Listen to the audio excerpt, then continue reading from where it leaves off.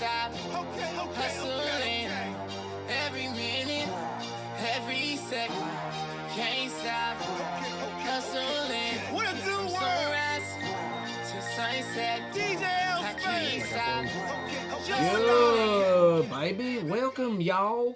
Crews and dudes and gals and pals and you know what it is already. It is Over Here Boy with Hogs Wars and Yellow Boy. And we already, you know what it is. The Bros, Brews, and Botches. Yo, we going to be talking about Double or Nothing. How y'all doing now? All right.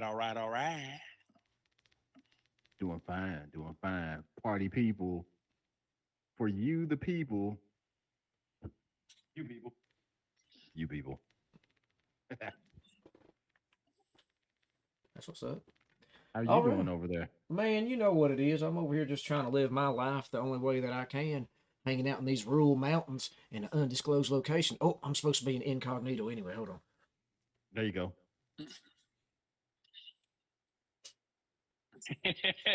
on. No, No. yeah, I mean, you know, we're over here. It was a big weekend for wrestling all across the board, man. WWE threw on all kinds of stuff. They had the Night of Champions, and they also had the NXT, which went head to head with actually what we're going to talk about. And our good friend Yellow Boy, if you follow on Instagram, you already seen he's been keeping up with it. Absolutely doing a terrific job, man. If I had to put up with that stuff, you'd be like, wrestler A beat wrestler B, period. And that's it. That's all you got for me. Yeah. So, yeah, man, talking about this Double or Nothing. I mean, what did y'all think overall takeaways before we get into discussing it? Hogs. Oh, For me, it was mid. I'm sorry. I want to be like, yeah, it was, but I, in my defense, I really have really high expectations for them, and when they don't meet, or at least I can't even say exceed, because I don't ever expect them to really exceed it, but I at least want them to meet it. And when they don't meet it, it's like, because it's the thing is they're never bad, but they're not. A lot of times they're really good, and when you don't have that, you know, they're hitting that in between stage now where where backlash used to be at when WWE would have backlash and be like, okay, yeah, it's a pay-per-view. We saw it. All right. man, Thanks. But and we kind of talked about a little bit before, we started streaming and all that, is that we have a higher expectation out of AEW than, this card. When I was even telling Yellow Boy when we started watching it, I was like, man, this card I wasn't real hype about. And then he also made the comment of how the progression of the show went as we were watching, about how like it started off real slow and then it built up to that crescendo, whereas usually before they would just put matches on and then you'd be like, okay, how do we beat the match before it? So I think they're still, even at this stage in the game, trying to find their legs on like, okay, how do we build this card up to where we keep people interested in it, instead of like, okay, we're gonna go to a concessions break or whatever for this match. But what do you think about that, Yellow? So let me jump in here and just say one, I can't say that it was the greatest of shows to agree with Hog Wars, but I can't say it's the worst of shows. Also, what kind of goes into that is I've heard some other people talk about it, that let's change up the venue. It's Yeah. been in Las Vegas for the past 3 years, and there's other casinos in the States, and even the ticket sales weren't at the level that they were the previous years this year. That's one thing. The crowd didn't really add a whole bunch until the end. They Right. didn't add a whole bunch to this show. And like we said, because of what they started out as, that's AEW, we've set the bar really high for them, because when they came out, WWE's bar was so low that we were looking for something that could go above that bar. Mm-hmm. So we have higher expectations for AEW, and for them to put out something that, if it was WWE and their standards, if we use their standards, it would be like a high four ish if it was on WWE standards, or at least the way that it was pre Triple H, pre everything that's happened. It would be like a four. But because of the fact that the competition is ramping up and they came out so hot, this show was about a three. Yeah. I find it at a middle level 3 out of 5, but it doesn't take away from anything because there's some big things that happen, some returns, some title changes, um, and just as we expected before we started watching, we expected it to have some decent wrestling. Yeah. And before I shut up and give it back to OHB, let's just let you know, those who are watching, that not only were we watching AEW Double or Nothing, but we had an eye on the NXT Battleground show as well, which it was decent. It had really good wrestling, and it was going for a moment there match for match with AEW. Like at the same time the TBS championship match was going on, they had their NXT women's championship match going on at the very same time, like almost ending at parallels of each other. Um, so a good night of wrestling all around, from what I say. But OHB, what you think? Um, as far as the overall card, man, I felt kind of the same way. Like from the beginning to from the buy-in side of it all the way throughout. I wasn't ever really bored. I mean, I'll be honest with you. I would think the one I can't remember what show it was on, but that the Thunder Rosa match, man, always sticks out for me because like it just sucked the sails completely out with the wind and everything else. And I didn't really see anything like that tonight. And of course, I'm speaking from a fan standpoint. I'm not one of these. Oh yeah, I mean the mark wrestling aspect of it. I just if I like something, I like something. And I give this show about it's mid probably. I'd give it about out of a 3 out of 5. Um, but I did think as terms of the buy-in, I'll go ahead and just start talking about that. There was a fun little match involving the Hardys, and now I'm already drawing a blank on it. You might help me out with that, Yella. The Guns, The the Guns, Guns, Ethan Page yeah, versus the versus Hardys and Hook. and Hook. That was it. That was a fun little match, man. And I like Hook a lot. I just wish, I always say the same thing about him that I'm sure that all the old head wrestlers say is that, he's a little bit smaller. He's built more like an MMA fighter to me, but like some of the stuff he can throw people around, that's impressive. Like I always, every time I see him throw one of those T-bone suplexes, I'm like, he's gonna break somebody's neck because I mean the clearance is like that right there before they hit the ground. But yeah, I thought that was a real fun match, and it ended up with, right at the end, Ethan Page caught all kinds of L's, son, and then finally he got hooded, put in the Hantakajime, I think is what they call that, the Mhm. Taz mission, and he was like, I'm not even doing this, and he instantly was like, so The red, yeah, the red rum. the red rum, boy, he got put in that after catching a, what was it? I know he caught two or at least one twist of He caught fates. both of the Yeah, twist of fates. He caught from both parties. yeah. And then although there was one time I don't think Hogs got to see that, but you remember Yella when what happened to Jeff in the match? Yes, he for whatever reason he was supposedly had a leg injury, and like he tried to go up to do the whisper in the wind and completely landed on his dome.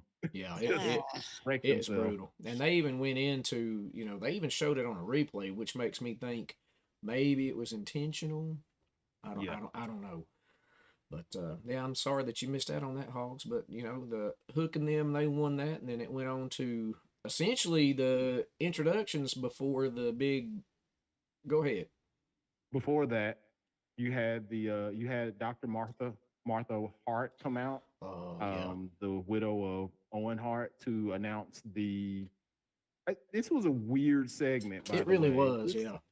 very weird because she came out and announcing the Owen tournament, the Owen Cup tournament again for this year, and she started saying that this year it was gangster, and she brought out a gangster Tony Khan who came out in this little uh, this little hat.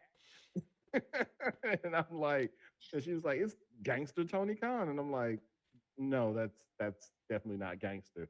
But it was just weird. It was Yeah. very weird. She was being interviewed by Renee Paquette, Hmm. and they were out on the ramp and they were just announcing the different areas of where the Owen Cup would take place. Of course, it's going to be a lot in Canada.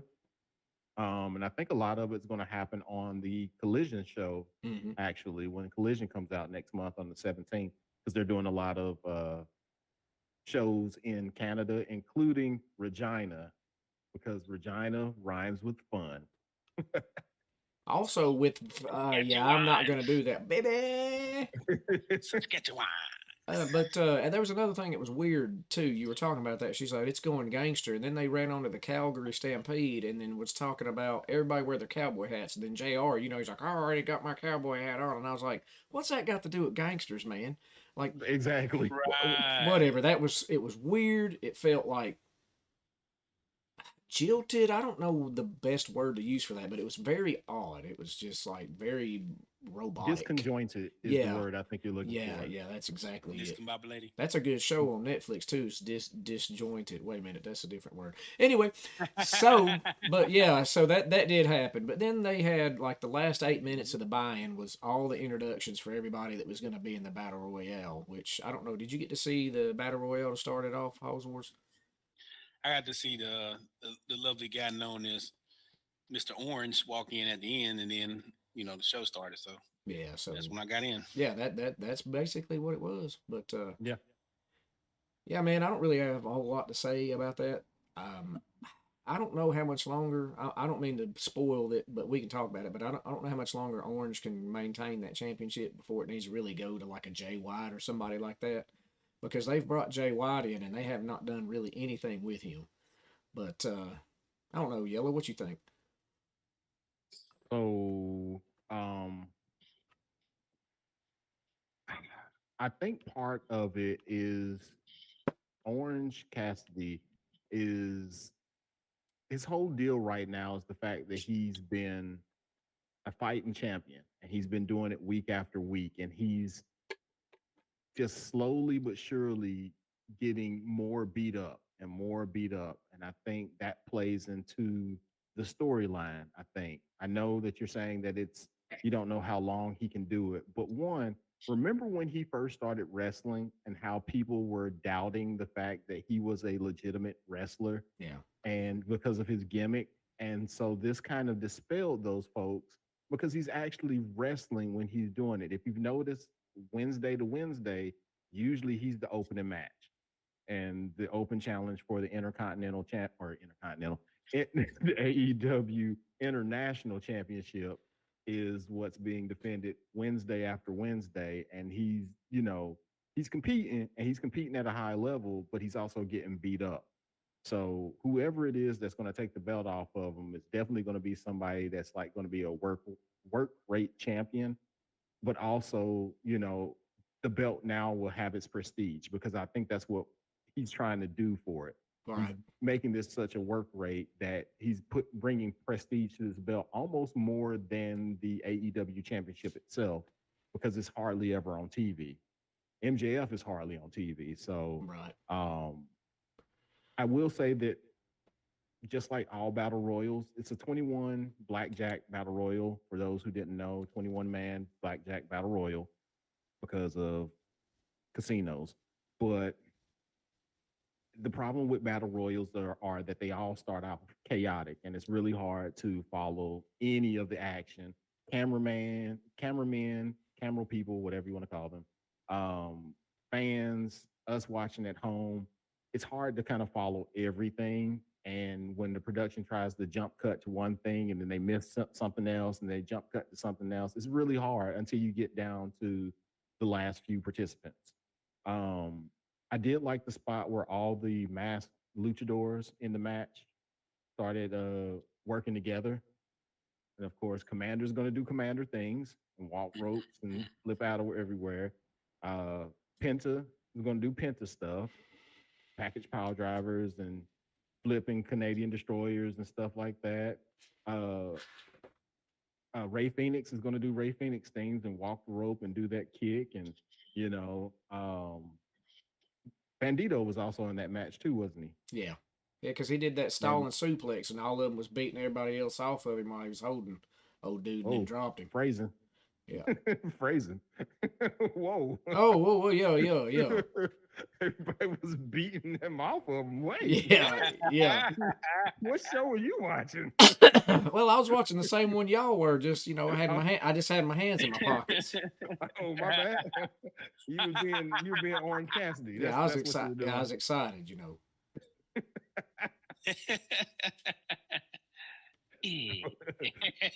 But yeah, it was a match. But Hogs Wars, what did you think about it?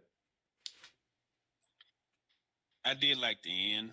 Him having no, kind of save himself.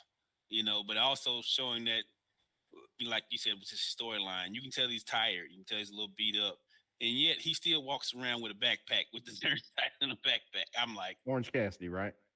yeah. Uh, but I really think the man is way more talented than a lot of quote unquote people give him credit. And to do just some of the things he does, even when it is considered quote unquote goofy wrestling at times, you can't tell me every other wrestler out there can put their hands in their pocket and do all the flips, all the spots he does, and do it the way he does. They just can't. That takes a whole lot of talent and most people don't really give the man any credit for. So when people say he can't do anything, I'm like, have you been paying attention? What the hell he really doing? But second, it will be interesting who takes the belt off of him because just like Yella said, the guy is he's working like he's Ric Flair out there every single time, all these matches, all the time. Heck, at one time he was being on basically both shows. I So I think they're mean, I so think they foreshadowing though, Hogs Wars. I think they foreshadow with those last two that were in the ring. I think they're foreshadowing. and that's good because at least that means okay, hey, we've got some people now. Because right or wrong, Wardlow really feels like an afterthought, no matter what they say, because the best match he's really had was with MJF. Well, we're And it, confusing. Now we're getting two different matches now going on here. You got I know, Wardlow, you got I the know, I international. know, I know. Let's slow down. Let's get to Wardlow later on when we get to Wardlow. I'm just getting it out there. But anyway, just had to get that out of my system. Go ahead. Yeah, but no, because they left on a Big Bill and Swerve was the last two in the match. And we stay saying that Swerve needs to do something because I mean that guy's money. He carries himself cocky like a Yeah. star, and it was even the spot at the end. Man, he put Orange Cassidy's hands into his pockets and picked him up. Was going to try to put him out, and then that's a whole bunch of stuff then and there. And then just the way that it ended, I thought Orange was going to come flying off that apron with that big old punch, and then he was like, and then he just kicked his hand, dude. It was hilarious and it's exactly fitting. But like I think the swerve definitely needs to be. I mean, I would have been good with a match just between the two of them. I could tell that they would have a banger of a match. But that's my 2 cents on that. Yellow, what you thought about it? I think that that's exactly what's going to happen, though. Just to kind of put a bow on it, I think that's what they're foreshadowing. They left them in the ring as the last two just to see how they would do in a one-on-one spot, and I wouldn't be mad. Just like you had said while we were watching, I wouldn't be mad if Swerve Strickland takes the belt from Orange Cassidy. But for those who are interested, Orange Cassidy did win, as OHB had said. He kicked off or kicked the hands of Swerve Strickland to win the match. So Orange Cassidy is still the AEW International Champion. But it moves on, and I'll just go ahead and move it on to the next match, which was again, it should have been better, but it wasn't, unfortunately. And that's the Jericho versus Adam Cole unsanctioned match. Um, it was unsanctioned. I'll take the lead on this. Where it was, if it's unsanctioned, and we said this while watching, if it's unsanctioned, then why the heck is it being announced or on anything? It should have been like the last match, but of course you can't have that as the last match. But they should have just said that it was a falls count anywhere, no DQ match. That's what they should have said. Like that would have just kind of did it. But um, I don't know. The JAS came out and they did like a boy band intro, and they started uh, fighting at the beginning. Oh my God! So I'm gonna let OHB. So I'll let OHB talk about that other part. But JAS came out and they started battling with Adam Cole.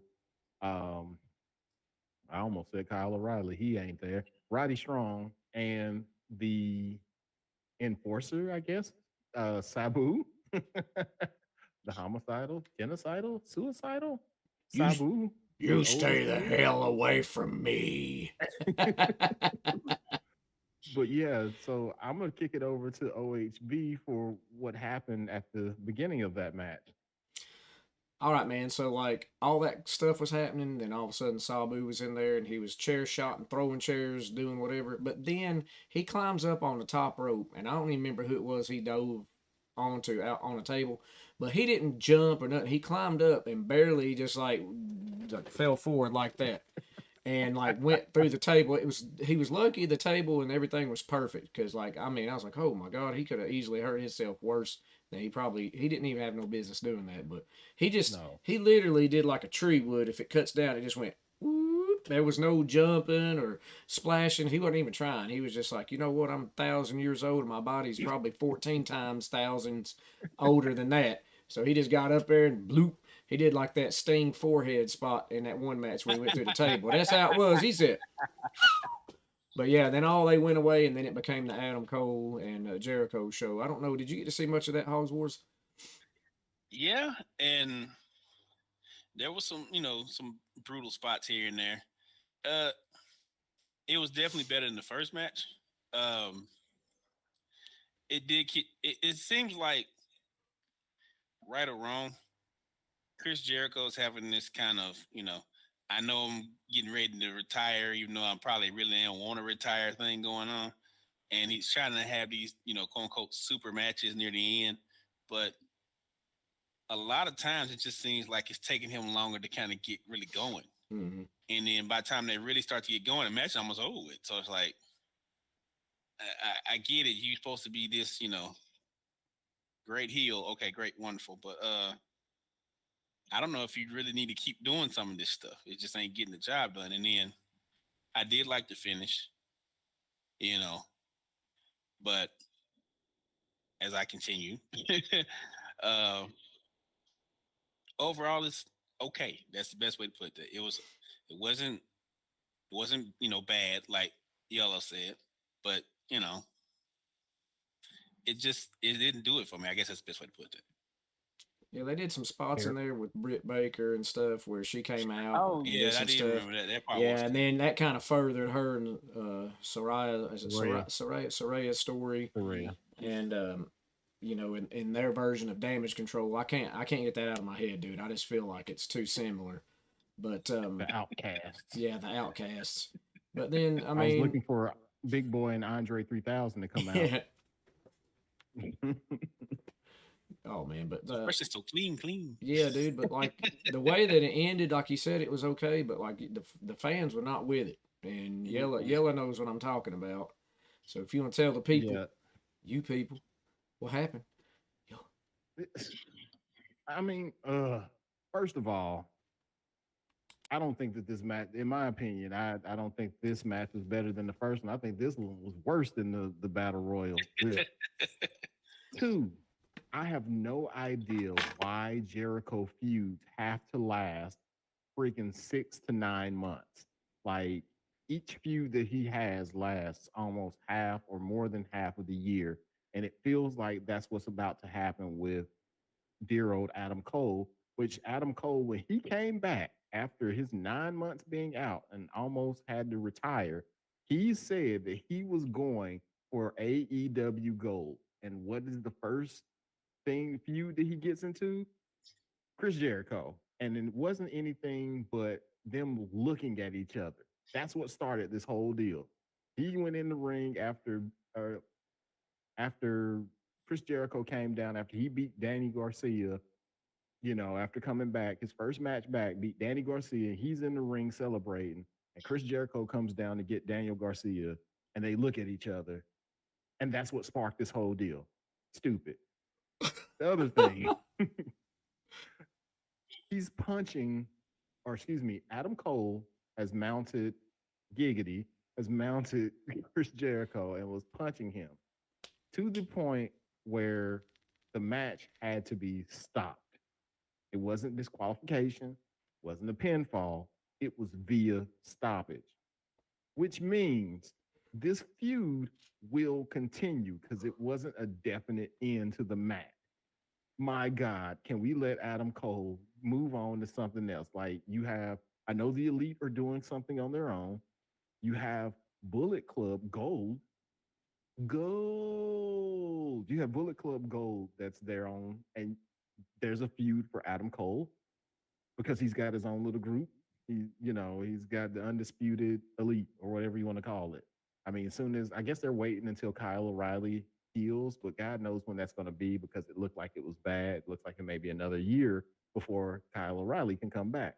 And no one's calling up Bobby Fish because I mean, Sabu came out there. I mean, where's the lie? Yeah. So I mean, I even you asked, know, I even asked you when we were watching. Is like Sabu and Adam Cole have a history, and you're like, not that I know of. And I was like, come on, dude.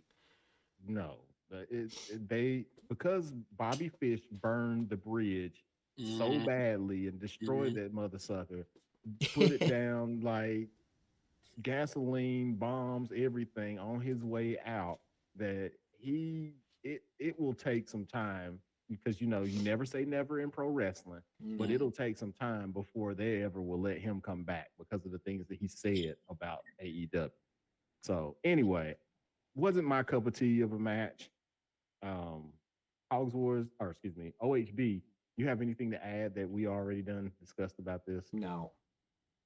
No. Okay. Next. Moving on. Team TNA.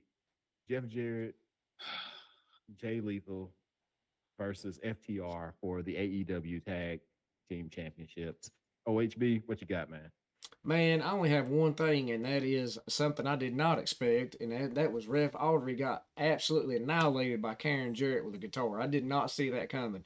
I was like, she was standing there, and Sanjay Dutt was kind of like hanging out, and then all of a sudden, like, okay, she's just gonna like juke him and run around because something had happened to our boy Briscoe in the ring, and I was like, okay, she's just gonna juke him and go in the ring and do whatever. No, black owl, like explosion. I was like, golly, I marked out for that. But other than that, it was laid out just like a very, a good FTR match. It's like the old school style, and I was with that. But that was the thing that stood out to me, and that's all I really care to talk about on it. So I'm gonna hand it off to the big man up there, Mr. Hogs Wars, and see how he feels about stuff. Well, for the first time this today, that one didn't suck. Definitely. Uh, did enjoy, you know, Poe Briscoe taking that terrible shot, man. Man, Oh, Jared beamed him. God, with that freaking guitar, he beamed him. I literally said, "Yo, my God!" I was like, "Ooh!" And then loving, say what they want to say. Jeff Jarrett was one of the better hires they've had so far because, say what they want. His matches have been good. They ain't been all great and everything wonderful, but you actually want to hate him. You actually want the other guy to win. You actually care about him being there. And then it's kind of giving Jay Lethal a little more, push because for a while there, it just felt like he was just losing and losing and losing for no reason. So I mean, hats off to him to finally finding something to keep him from getting L's every single match. But definitely much better match than the last one, definitely. And I guess Yellow, what do you think? Bree woo, bree woo, bree woo, bree woo, bree woo, bree woo. Hey man, hey listen, I just don't want to have to see Jeff Jarrett and Jay Lethal on every single AEW show. Them jokers are on every show. Like, listen, they can take a break. I look on Dynamite, they're there. Look on Rampage, they're there. Like, listen, come on, please. They I'm one pay of these guys. they paying Double J all that money. They gonna make sure they get their money's worth. Get every Because I mean, dime. because I Every mean, dime. let's face it, Jeff Jarrett, not the athletic side, but the mental side of Jeff Jarrett. That's the best. Like you said, it was a good hire because of that. And because of the fact that he's the one I think that was setting up all these things with like the um Wembley show, the things, the outside shows and stuff like that. He's helping to set those things up because of his extensive knowledge. Right. So kudos on that. I mean, I give him all the props in the world, of course, of being the age that he is and looking the way that he does. Like, yo, that dude puts in work. But OHB was like, well, if you got the money to be able to afford getting these trainers and the supplements and things of that nature, then you would look like that too. And I got a point. But to be fair, man, you remember the years ago when he was at the Royal Rumble and he was still suffering through his personal problems. He did not look good at all. So he has Mm-mm. completely turned all that around, man, and I'm good. I'm good with it. And like I Yeah. said, he's up there. He, in my opinion, he's Billy Gunn class. Like he shouldn't look like he is and work like he is. What he's doing. I mean, he should be like you said. He should be doing the backstage stuff that he's really good at because that's what he did growing up with his dad Mm-hmm. Jerry in Memphis, man. They got all that stuff setting up, and that's where he learned really to be who it is. Come out of one of the best wrestling territories in history ever. So Yeah. I'm Mhm. glad. I'm glad that Tony Khan actually is letting him get in his ear and say, "Hey, okay, I know you know what you're doing. Let's get it rolling." Yeah. So, yeah. But anyway, I Mhm. didn't mean to take away from it. No, you're Just good. You're throwing that good. You're out there. good. Because all I was going to add to that was the fact that uh, we had a cameo appearance by Surly JR because he started getting surly because he was there at the beginning of the show. And, they put JR on a time limit because if he's out there too long, he becomes way too surly and his commentary just starts to go on the negative path and no one wants to see that. But the match was good. Like you said, just to reiterate what everybody said, it was your old school. If you're a fan of old school tag team wrestling, then you have that. Um, of course, it boils down to the ref bumps and Mark Briscoe being out, coming back to life. Jeff Jarrett goes for a pin, doesn't isn't successful, gets upset, pushes, slaps, all that stuff to Mark Briscoe. Mark Briscoe has enough, slaps him back. Jeff Jarrett turns around, shatter machine for the pin. Like that's pretty much it. Really good match.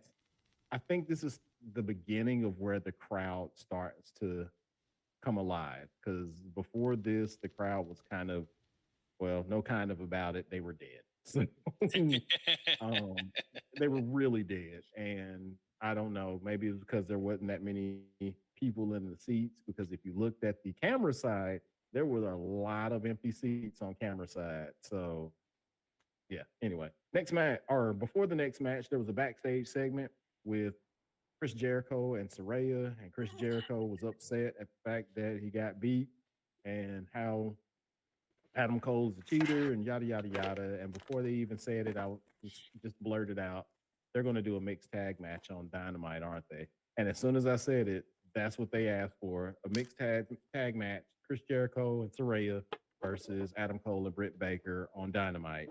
And excuse me, and of course, after that, there's a stagehand or whoever comes over to Chris Jericho, and Chris Jericho walks off camera, and I said fireball, and then a fireball comes into play and hits the guy, knocks him out, and of course he says that he's a wizard. B B word word, B word, wizard, B word. that rhymes So with that rhymes with ditch for y'all that don't know. right, witch, ditch, glitch. Yeah, Stitch. and Yo. So the next Yo. matchup is Christian Cage and Wardlow in a ladder match, and poor ladder, poor oh ladder, yeah, poor ladder. Like we talk about wrestlers who blow their legs out. Wardlow blew the leg out of one of the ladders, completely buckled the damn ladder. So yeah, thank you for your service, ladder. It Brum, brum, brum, brum. How do I say say goodbye? goodbye. I don't have much to say about this. I just say that it was a ladder match with a big guy. Um, I'm hoping that this title run for Wardlow is better than the last. I'm salty because of the fact that they ended Will Hobbs's title run for no Mm, reason. Like, yo, let the man let him cook. Like he was He the was whole getting Book of Hobbs fired, dude. thing. Dude, the Book of Hobbs thing was awesome. It was like the second coming of the Hall of Pain. Like I loved it. And they were like, nah, bro, you just gonna have to do this QT TV stuff. But That's got heat with Hogs me. Wars, I'll pass it over to you because I'm gonna be surly Jr. here in a moment. So I'll pass it over to you, Hogs Wars. What do you think about this match? you being Surly JR. I'm about to be Surly JR. But to reiterate what I said earlier, come on, man. Come on, buddy. Yeah, what are we doing with this guy? You literally giving him a good heel in the heel's best match, and you just like you couldn't do no better than this. You really? And to even add more so to my boy Yellow's point, we had Hobbs. Hobbs matches were interesting. I actually cared, and you took the belt away for this. Boy, you got heat with it, You, if you know, you know. I'm not gonna dwell on it because that's how much I don't care about the match because it was that bad Dog. to me. But just to finish it and move on so OHB can do his thing. Yes, it did. So next. What is my thing? I'm gonna tell you something right now. This match wasn't like it was what it was. The spot of the night was the ladder getting folded when Wardlow jumped off the top rope to try to jump on it. And I saw what they were trying to do, but that ladder leg, it did some Sid Vicious stuff, boy. It said, Yeah, like it it was a wrap. No. It was a Oh, wrap. Now I can already tell Scott Steiner gonna come out on the next Dynamite talking about you see what I did to the ladder's leg when carrying that pipe around with him. But you know what? Something I thought was weird is like they teased the Arn Anderson spot coming out there to no. spine bust Luchasaurus, and then it ended up being Zombie Anderson when he bit. Dude, I don't know if he didn't for real, but I mean, I think he for real drew blood on his hand. If not, like they did a good job with something inside of Luchasaurus's glove or something. But he had a Yeah. whole blood all over his face, and at this point in time, the next match is when Tony Schiavone would come out, and he even said Arn Anderson looked like a zombie out there. But you know, if you don't know already, Wardlow goes over as he should have. You know, librarian slash Sigmund Freud cage. You know, he had to go on with that turtleneck, dude. He even got a turtleneck chant from the crowd, bro. Yeah, he did. And then it popped Taz because at one point in time he was laughing, and then he kept calling him turtleneck. But I did think it was impressive though that Wardlow climbed all the way to the top of the ladder and did a senton on Luchasaurus through two different tables that were stacked up Yeah. side by side. So to go back to Yellow Boy's point, Wardlow shows that he's a big man that can fly. I don't think he can fly like Keith Lee can fly, but he can still fly. Mm. But yeah, I mean the right guy went over, but it's like okay, now we need to find some meaningful stuff for this dude to get into. And I'd like to be honest, let's see Hobbs come back and get it. I don't know what Hobbs did, how they didn't like him in the back, but I thought that you know everybody was about it. But whatever, man. They gotta quit hot. Next. They gotta quit hot potato in that Yeah, TNT yeah. championship because again, the title with the most prestige on this whole entire program or this whole entire production is the international belt. They make more to do about the international title than they do even of the AEW championship. So But I mean, just to go through it, that TNT belt that he carries, man, like Jade has had the belt forever. Or has she? I don't know, man. Maybe we'll talk about that. But like I said, TBS, yeah, the TBS belt. It's the same similar title though mm-hmm, for what they're doing. But yeah, it's like, okay, now let's quit. Let's do something different with it. Like let's let it have somebody, and they might do that with Wardlow. That's fine, but he needs competition. He can't be wrestling old heads. Which nothing against Christian Cage, but like, dude, if you put that on a card to me in my face, I'll be like, okay, if Wardlow doesn't go over, there's something wrong. Anyway, that's all I'm gonna say about it. Yeah. So Cheer, next match. cheers to that. Next match is Tony Storm versus Jamie Hayter for the AEW Women's Championship. And asterisk, Jamie Hayter is legit hurt. Like there were reports that went out earlier this week that said that she may not even make it to the pay-per-view Right. because she was legitimately injured and they didn't know what they were going to do. I guess it was a kind of a show decision or at least last night decision what they were going to do as far as the match. Which we got more of the outcasts or damage control light or whatever you want to call them to start out this match. Look, it was so short. I'll just go ahead and talk about it and then get what you guys thought about it after it. Um, Outcast came out to help with a beatdown. Of course, Britt Baker made her way back out. Hikaru Shida made her way out to fight off the other two members of the Outcast. The whole thing was playing up the injury for Jamie Hayter. She had an injured shoulder, and they played off of that a lot. What more can I say? Tony Storm did her hip attack. She got the Storm Zero, which that short pile driver is the Dope. best. Dope. Yeah, and you have a new AEW Women's Champion in Tony Storm, which rightfully so. I made this plea to the boys when we were watching that Tony Storm, when she had the championship prior, she wasn't the women's champion. She was the interim women's champion, and they kept making that a point of calling her the interim women's champion, and she never had the prestige of being the actual women's champ. So this time around, she's actually the champ. It just kind of sucked that it was due to a injury that may take out Jamie Hayter for a while off of TV, and knowing that Jamie Hayter has all this just crowd support behind her and just the support of everybody, it just kind of sucks. And hopefully she's back before they go to Wembley. That's Right. the thing. Hopefully she's back before then, because it would suck if she's injured through the Wembley all out.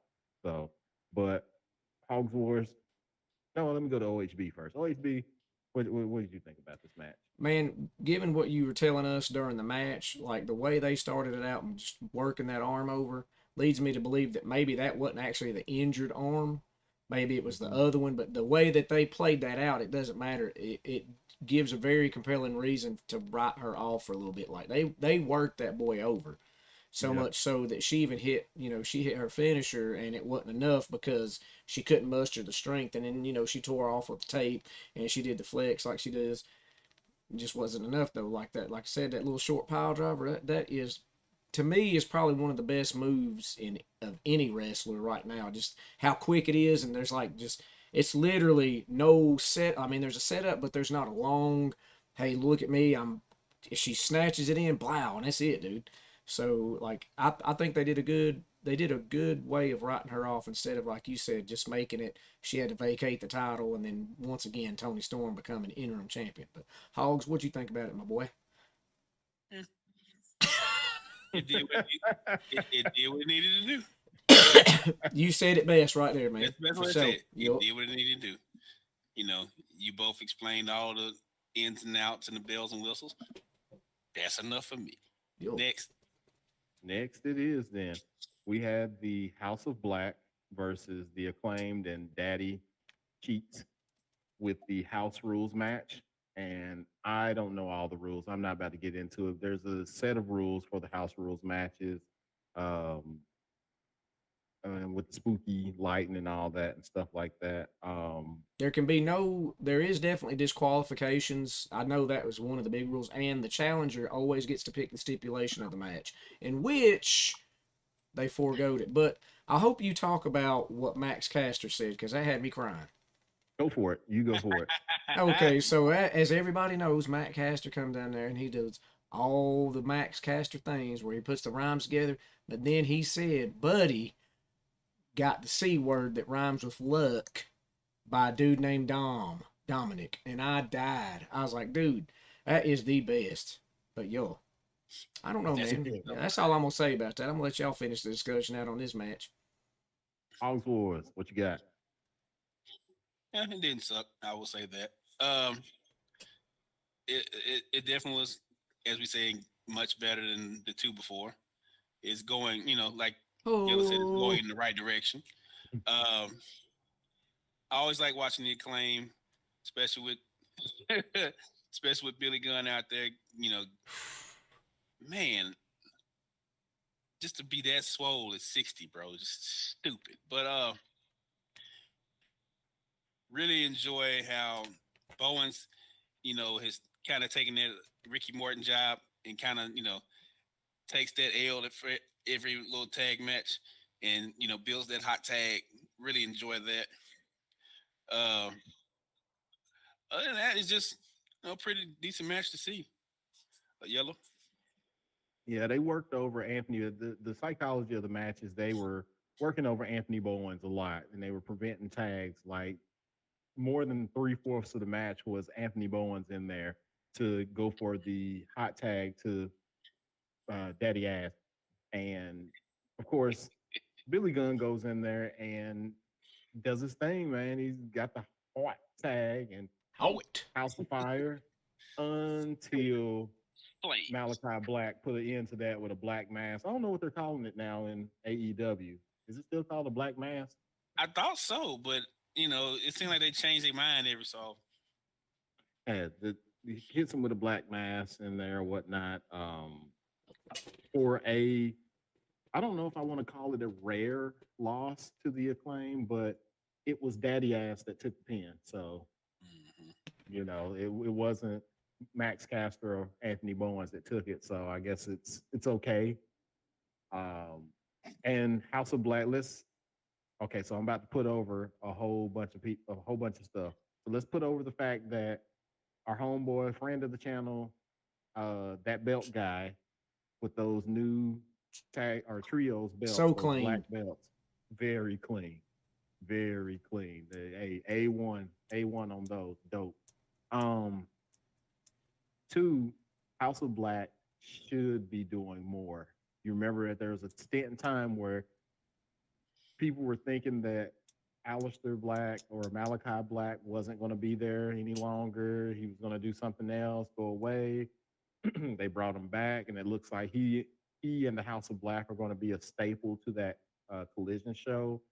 And let's give it up to Julia Hart, who was dead in the water with Heck that yeah. cheerleader, gimmick, and it was just a change in gimmick, and like she fits in like a duck in water with this House of Black gimmick, doing this spooky lady kind of deal. She's even wrestled now, like in a one-on-one match. She wrestled Anna Jay like a couple of weeks ago, so And they it's have good little beneficial. war. Yeah, I mean it's beneficial for all those involved. Um, Brody King is a beast, and I think it was OHB that said it was. Oh, you gave a comparison to Brody. You said what was that comparison that you gave OHB? Oh yeah, man. Before he goes and does his big spot in the corner where he does a little flipping senton, he starts barking like Bruiser Brody, which I would imagine is very similar to where his namesake comes from. So ho ho ho, and I was like, I got hyped for that because I'm an old school wrestling head anyway. So yeah, that got me excited on that. But yeah, that dude's a hoss. He really is. Yeah. That is a hoss. They really have something with that House of Black because you have Buddy Murphy, who is just a machine. If you follow him on social media and look at his workouts, the dude is a machine. Then you have Malachi Black, who I like the lyric that Max Caster came out and asked how was he the only person that could do blackface. Yo, for sure.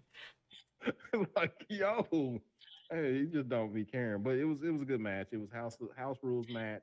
Hopefully they'll continue this. Like I said, they'll be a staple on Collision. So good stuff all around. Next matchup. Well, I got one more thing to add though. You ready for go that? it. Black mass. Hold up. He said black mass. Black mass. Daddy ass. Outlaw Ron Bass. It don't matter. Vols by 50. Just like that. Good night, everybody. Good night. I'm done. I tried to do the cigarette thing, but I ain't had no cools or no Newports and nothing like that. No So cool filter I didn't have no 100. filter kings, baby. If it ain't menthol, I don't hardly F's with it. If you know, you know. Lucky strikes. You know. Yo. Anyway, segue to the next. So, if you'll allow me to, the next match was the TBS Championship match with the current champion Jade Cargill versus Taya Valkyrie, Woo. and it meant a lot for the entrance for Jade Cargill. For those that are unaware, Jade Cargill is a member of Alpha Kappa Alpha Sorority Incorporated. Avid member. She posts a lot about her sorority on her social media. So she came out with Big Boss Vet singing, all the pretty girls. Right? I'm not trying to get a DCMA copyright, but you know the song, and like came out to that and had a bunch of her sorority sisters do her entrance, which me and Hogs Wars being part of the Divine Nine as well. Not going to say any of that for the personal stuff, but us being part of the Divine Nine ourselves, it means a lot to see that representation, and then knowing that folks are going to be asking about it. Stupid. Folks are going to ask about what that is and what that means and stuff like that. That's just big ups to her, big props to her. But Jay Cargill, Taya Valkyrie. Did either one of y'all think that Taya was going to win? I thought that something was going to happen. I'll be honest with you, because like the 59-0 at that point, and I was like, okay, they ain't gonna let her hit 60. And plus, they've been Ty Valkyrie's only loss in the AEW has been to Jade, so I was like, they gonna let her get this one back. But Thickerson didn't get it. Yo, man. Anyway, get it out my system now. Whoa.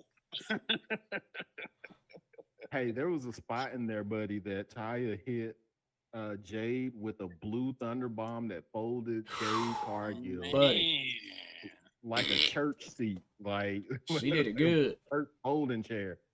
It looked awesome.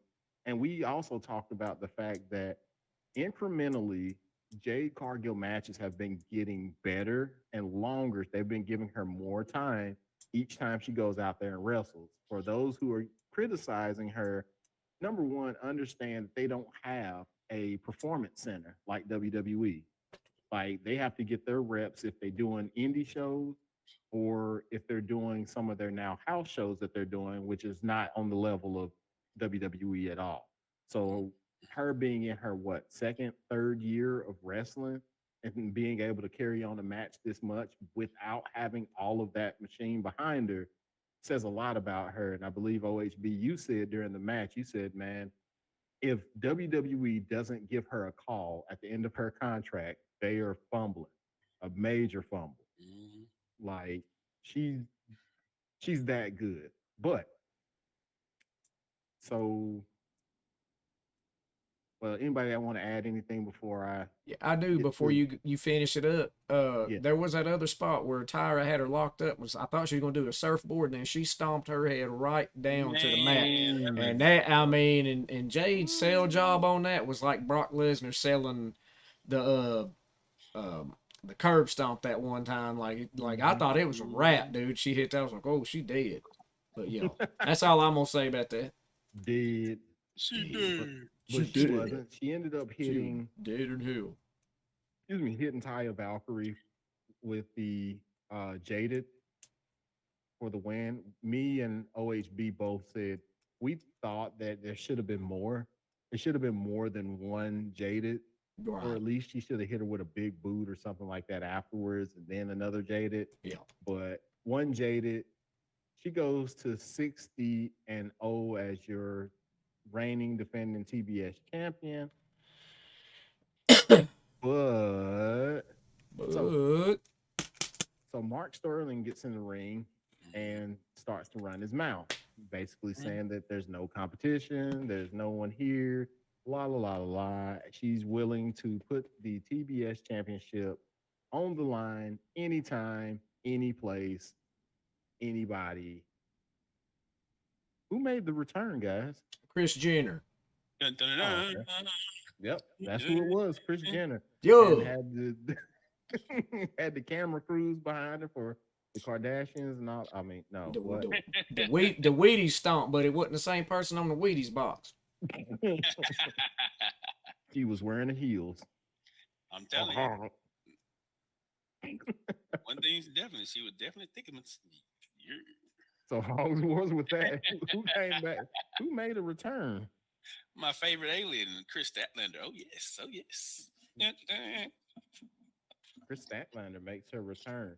So she had been out for like, has it been over a year now? Yeah. Yeah, with that darn knee injury. Mhm. She's been out over a year, and like reports were that she was backstage months ago. She had been backstage, but no one had gave an update on her condition and her ability to wrestle.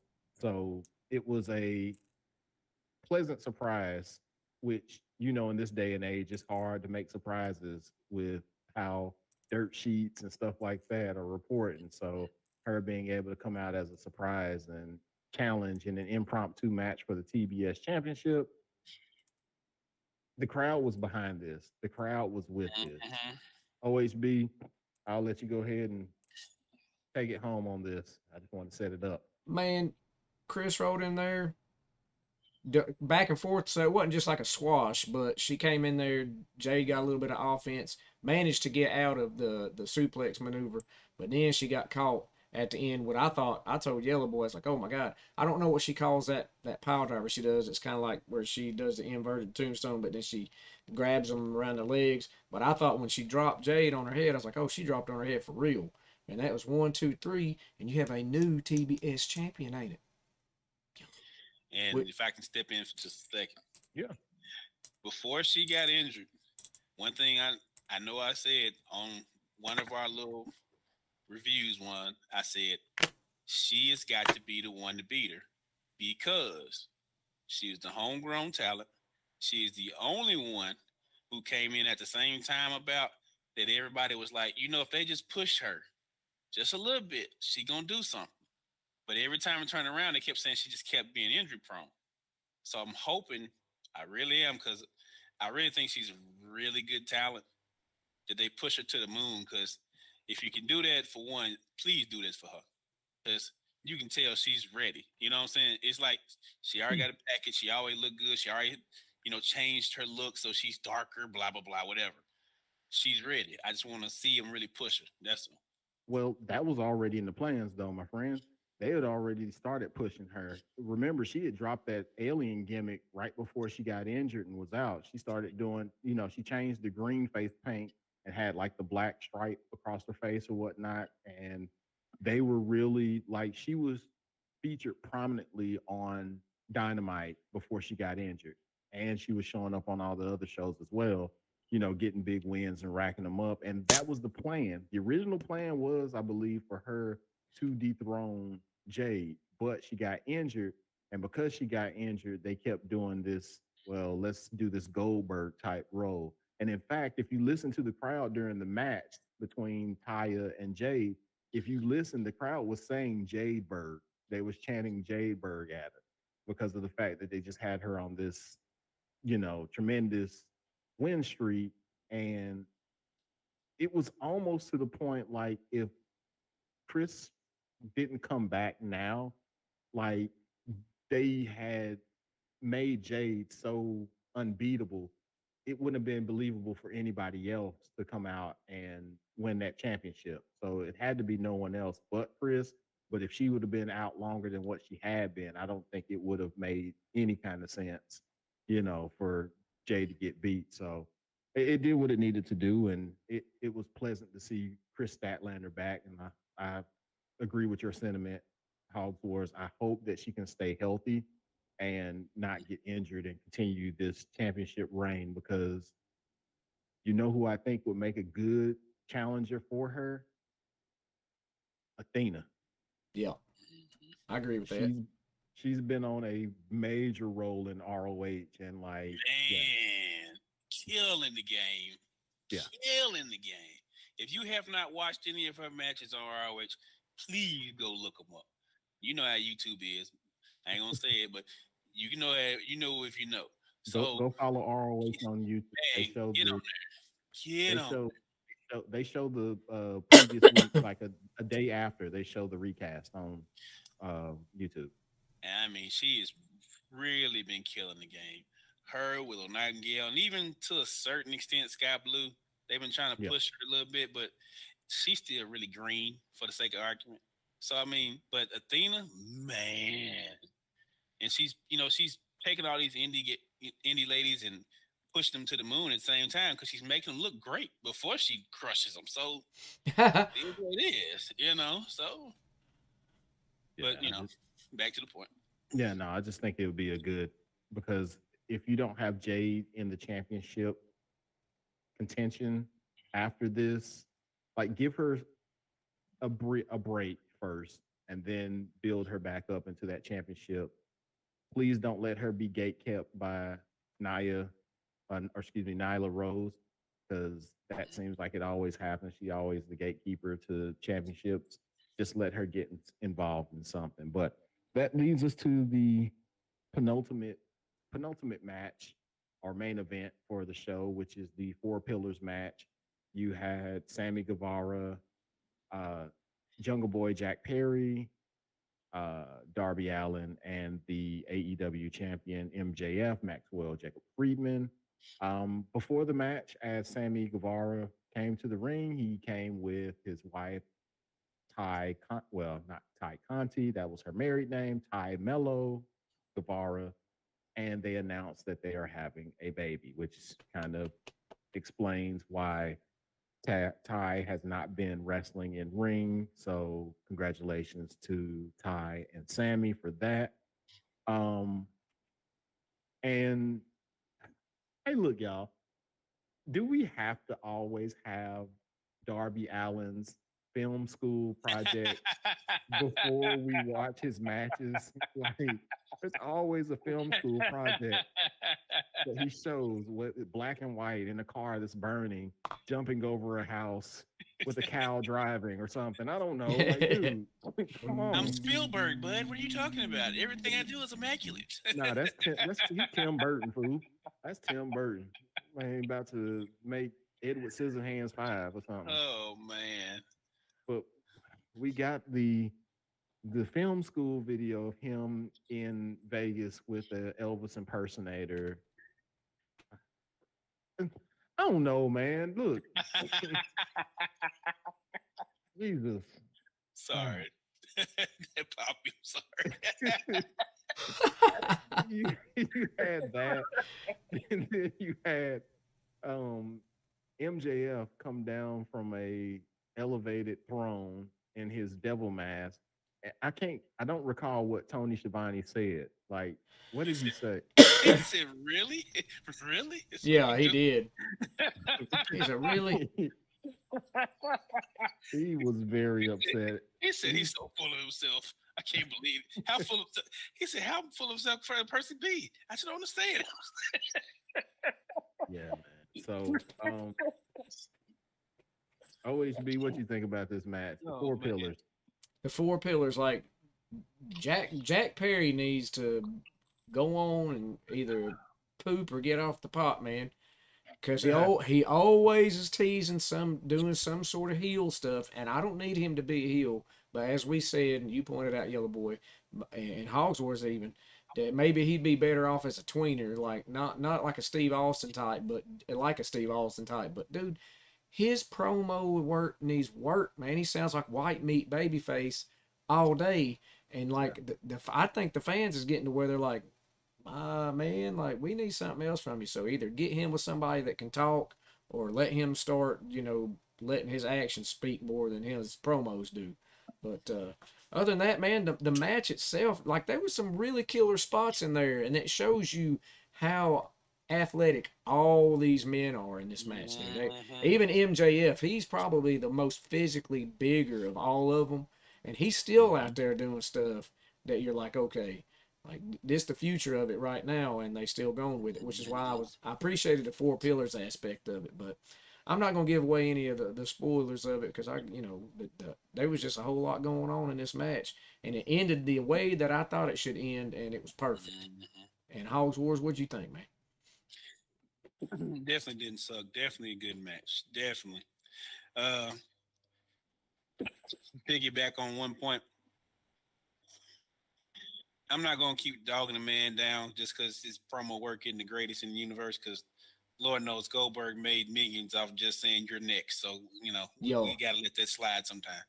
But my biggest problem is it's not about you teasing possibility you changing sides. It's more of a you don't have killer instinct at all. You want to be the man. You literally coming out here trying to make us believe you want to be the man, but your actions in the ring don't show it. And as long as they keep doing that to him, they're neutering this poor guy. yo, Everybody else, at some point in that match, had a killer instinct moment and went for it. Took somebody else out, moved them out the way. Somebody did they move and threw them out the way so they could try to win the pin. Something. He had his moment, and in that moment, he turned. Come on, you gotta. You want to be the man, you got to do what it takes to beat the man, and that was not it. Sorry, bud, it just wasn't. All right, yellow. What was that moment? I'll let you go ahead and finish it on out because I ain't got much to add. Okay, so as OSB was talking about, there was a moment where he had the Triple B, as MJF would say, the heavyweight title in his hand. All he had to do, hit the guy in the head, win the match because everybody else had magically fallen out the ring at that one moment in time. No, you're gonna look at the belt and be like, no, I really can't do that. Well, guess what? You just lost because when you had the chance to carry the ball, you didn't do it. Sorry, buddy. I get what they trying to make you do, trying to keep you this beautiful baby face bull crap. But guess what? This is 2023. If you ain't got even a little edge to you, no one gives a darn. It's yeah, something else what I call myself. So anyway, my main point is I want all these guys to succeed. I really believe they are kind of holding Darby Allin back in a way because they think he's going to kill himself if he gets the belt for some reason. But just be real. If this will be the four guys that are going to be, pushing your company to the moon someday, you got to show some kind of killer instinct somewhere. Somewhere. But anyway, yellow boy. I think the part of it is that he needs better character development because we've said this before. He's not always going to be Jungle Boy, and Jr. has been trying to trumpet that for the longest, actually, since he's been on TV. Because if you've noticed, he never just calls him Jungle Boy. Even when he was just Jungle Boy, JR always referred to him as Jungle Boy Jack Perry because eventually he's going to have to be just Jack Perry and not Jungle Boy. And that's the character development he needs. He was doing okay with Christian, but he just needs something else. Whatever that something else is, he's got the wrestling acumen down. He's very athletic. I mean, the kid looks good on TV and everything because he's Luke Perry's boy. It's just that the Right. character development, you know what I mean? The character development is just not quite where it needs to be. And until he gets it there, I don't think he will be anywhere near a championship. Like that's one. Darby Allen, Darby Allen has, because of his affiliation with Sting, I think, has made him, and then all the crazy stuff that he does, excuse me, has elevated him as far as his stock with the fans. However, there's going to be a time where he's not going to be able to do that, and I hope it's not soon where he's going to lose the ability to do certain things because of the wild spots that he does. Sammy Guevara, I was shocked and amazed, and there was other people that didn't notice this, like other podcasts and stuff like that, but the crowd had slowly turned with Sammy Guevara, and he had slowly been taken out of the JAS. Like I was telling the guys that once the AEW All Access show started, he started becoming more of a baby face because he was featured on that show. And they started removing him from the JAS stuff. In fact, the JAS don't even acknowledge that he's a part of it. Like there hasn't been any crossover with that. So it's good to see that with him. And there was a moment in the match where MJF grabbed a mic and asked Sammy to lay down for him once again, and he'll pay him because he has a baby on the way. He needs to afford that baby, which that was a ploy. Uh, Sammy tried to roll him up, but the conclusion after all that stuff with Jack Perry eating the bullet, not using the title to smack Darby Allen in the back of the head.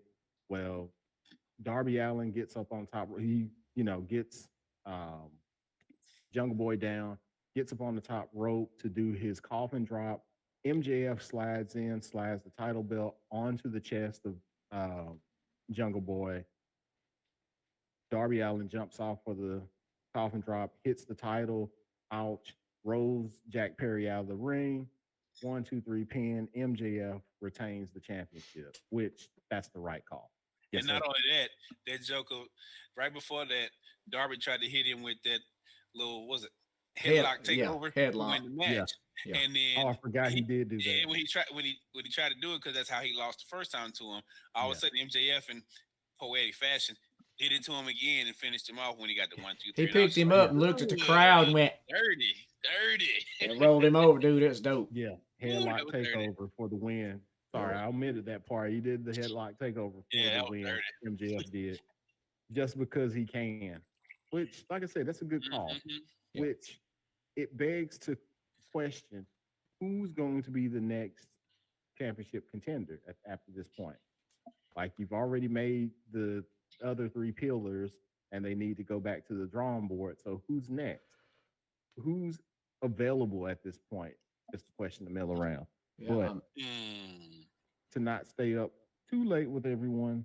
Right. So the main event is the Anarchy in the Arena match with the Blackpool Combat Club, or BCC, not to be confused with the BBC, because either you're getting the British Broadcasting Company or something that. Never mind. And that's on the hub, kids. Yeah. But it's the BCC versus the Elite, and that's the Young Bucks, Kenny Omega, and Hangman Adam Page. So anarchy is the correct word for this daggone match, because there was just so much going on. It was anarchy. You had the live band. I didn't even catch the name of the live band that was there that was playing Wild Thing. The violent tendencies or violent films. I can't remember. It's violent something. Oh. It's who does his theme music, but then like the other one he used to have, but they weren't singing this one. Yeah. Gotcha. Yeah, and they had it on repeat like they did last year with the Anarchy in the Arena, except this time it was a live band. You had inside the ring action, outside the ring action, in the foyer, outside the arena, truck. Like, in the truck. You had it everywhere, like anarchy. But OHB, what you got for this match? Man, like to kind of piggyback on what you said, they was literally anything that could have possibly went down in this match. The only thing that didn't happen is they wasn't a New Jack Staple spot, buddy. There was like all kinds of stuff going on, and of course Moxley, being Moxley, aka the Juicer, he instantly they said, "Well, Moxley's bleeding," and I was like, "Well, if he didn't bleed, then there would be a problem." But I like how Wheeler Yuta and Brian Danielson came out of it unscathed. They didn't get busted open. They must have been something a stip for that. But yeah, man, I was really surprised. Like, there's one spot where Moxley got the fork out and went to Kenny Omega on it. And, like, you don't normally see Kenny Omega get busted open like that, but everybody's getting busted open. But I will tell Yeah. you this, and I ain't going to ruin it. Matt Jackson caught a nasty pile driver in the bed of a truck from Claudio. Mm-hmm. But when it came back, that's when something happened I wasn't expecting. What? Yeah, didn't you all remember what that was when he came back? He, Hell he, he, yeah. he threw a kick on Hog War. somebody. Yeah, Hogs, what you think about that kick? Man. Not only a kick, explosive, explosive, explosive. Explosive. West Explosive. Coast stuff.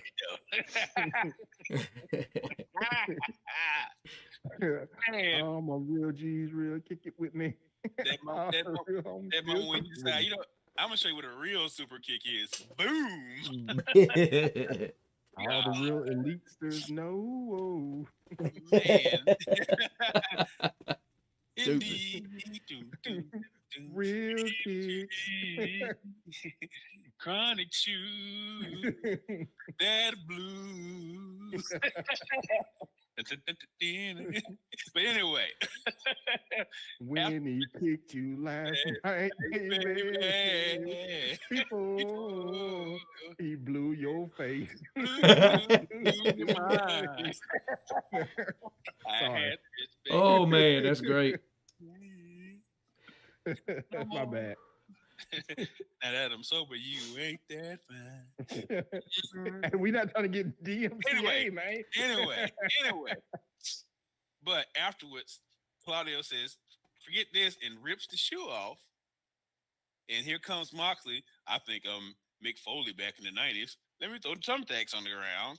And decides, you know what? Let's see what happens. And they literally make the man step on the thumbtacks. I'm just like, whoa. Because it looked like about 600 thumbtacks in the poor guy's heels. Like, goodness gracious. But, like you said, anarchy in the arena. So, but I did enjoy the ending. Because at least, like we continue to say, it set up future plans. I always like future plans. This match didn't suck because you can't have this much chaos and it sucks. But to move the point along, Yellow, I'll let you go and finish this off. So there was so much in this. There was barbed wire on the back of a poker chip with glass. There was thumbtacks. There was explosions. Thumbtacks to the feet. Thumbtacks to the body, where people were getting thrown on the thumbtacks. Excuse me. But long-term storytelling. So if you've been watching AEW for a while, you know that before Don Callis turned on Kenny, he had been scouting one particular wrestler in AEW and even asked that particular wrestler aid in beating up the BCC with Kenny Omega. There was I guess, hooded, shrouded figure that ran into the ring at the conclusion that ended up, wasn't it didn't he have the screwdriver as well? Mm-hmm. I don't remember. He had the screwdriver and hit Kenny. Why did Kenny have to take so much? like this man got a fork to the head, more screwdriver stuff, but the hooded figure aided in. I can't even remember the finish now. Good Lord. What was the finish? What move? What move He, did it? Was he hit him with and beat him down, and then Wheeler you don't be good. Oh, yeah, that's right. That's I don't right. call him. Got the pin, and the first thing I said was, of all the mofos who gets the pin, this sorry mofo. But anyway, at least he's getting, some praise. Good job, guy. So yeah, that's Willie how Wheeler did do that. He did the seatbelt Yep. pin, wasn't it? Yep. right. Yeah, he did that seatbelt pin. The hooded, shrouded figure turns out to be, my God, they've gotten to Konosuke Takeshita. They have corrupted, or Don Callis has corrupted Takeshita to join up with him. I don't think necessarily he's with the BCC because at the end, they kind of went out of the ring while the Blackpool Combat Club celebrated the win or whatnot with all the bodies around the ring. But um, yeah, this definitely brings more questions of why Takeshita uh, kind of aligned himself with Don Callis. Also, will Cinnabon still sponsor him now that he's a heel? That is a bigger question. Just not as it's not the same, and just the look, the facial expression, and that's the thing that kind of got me as well. The fact that a lot of times Japanese wrestlers don't do a lot of the facial expression stuff, or like a lot of the sports entertainment type deal when they're in Japan. Takeshita knocked it out. Like he just had this smug look on his face as he revealed himself. Like whatever. Like He made I'm a the deal new with the thing. devil. Yeah, And Right. he said like this. He said, "You know yeah. what I'm saying?" But it seemed, and I was telling the guys, I think this may set up for someone else who's been dying to get in AEW since they left New Japan. Um, with the terrible falling out with New Japan, there was just a lot of stuff that happened, but he made no qualms that he wants to come to AEW, giggity, and maybe get the band back together with one of his favorite lovers. Take that how you will, but that would be Kota Ibushi, A golden the lover. Golden Lovers. So maybe we'll see the Golden Lovers at Forbidden Door, which would be really weird because that's an AEW New Uh-huh. Japan show, crossover show, and having someone that's formerly New Japan, but who Now knows? you on the other side. Yeah. Yeah.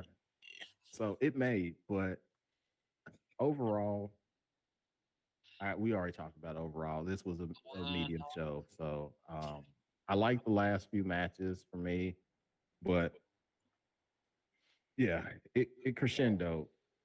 So there you go. Any final thoughts from anybody? Mid.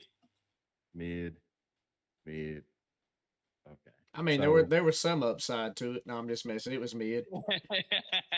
I mean, the It's upside. always some upside, yeah. But I'm an optimist. So the upside is setting up a lot of stuff for future. We have Chris Statlander back. We have a championship with Tony Storm.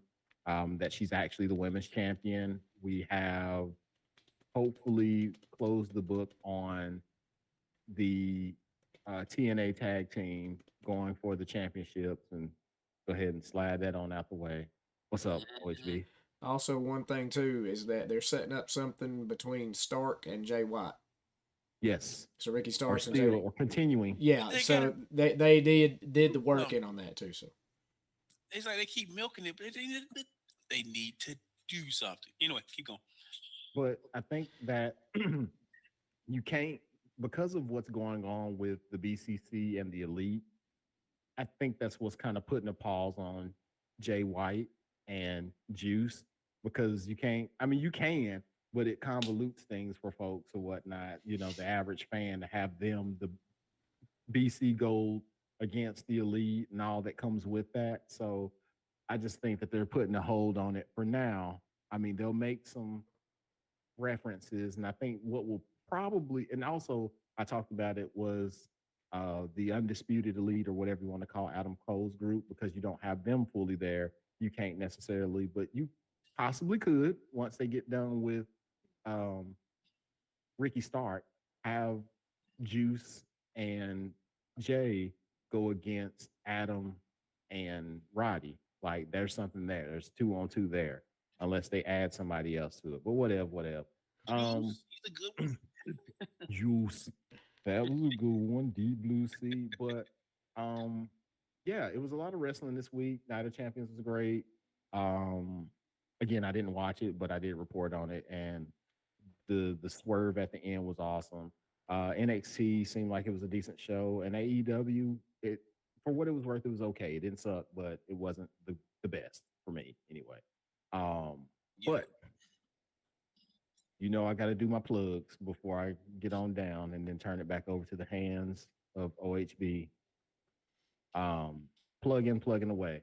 So make sure you guys to go, if you haven't looked and checked, go on the YouTube. You're already here now, so go check out those playlists where you have the sips playlist with your friend OHB there with all the sips and Mad Dog Mondays. Go check it out if you haven't. Get yourself some beer reviews so you know all about beer. Um, Check me out on the Shot of Brews playlist is there. They come out usually on Sundays, with today being an exception. Um, Check out Hogs Wars, who is on Instagram. Finally, it's been a while. It's not should be finally. He's been on Instagram for a while, and he sometimes plays MLB The Show on Twitch.